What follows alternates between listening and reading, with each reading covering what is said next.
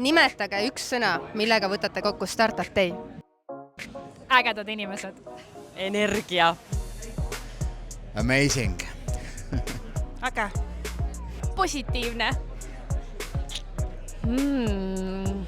Ergutav. Loov. Huvitav.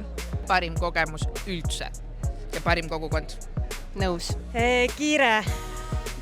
Palju rahvast. Võimas. Võit. Meeldiv. Networking on minu sõna. 10.